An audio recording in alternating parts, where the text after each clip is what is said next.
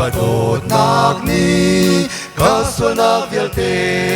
aka ngai thiam di chang cha ka lom mi thiam ka si chang mi lo ka si chang ka zot nak in dam tar ka si chang ilomu mi thiam mi kan si chang thang cha du mi dam mi kan si chang so nak sal chunga thi ding mi kan si na in boy pa bele do nak thong in luat mi kan si chang pa thiên we sam he lâu in ser kan si zong za lu nak tho khom mi kan si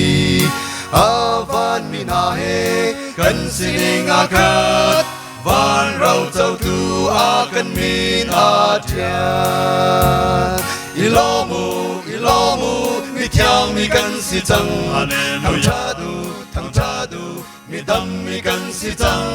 so nak sa chunga thi ding mi kan si na in boy pa vele do nak thong in luat mi kan si chang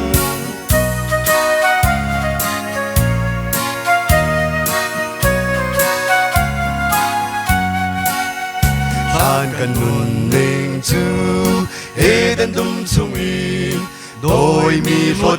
mi xua bi cần si Calvary vài lâm chung mi a loang mi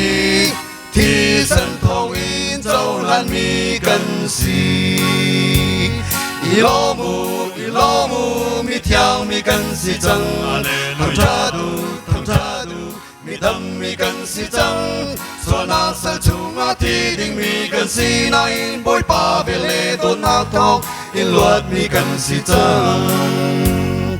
ilomu mi thiang mi kan si chang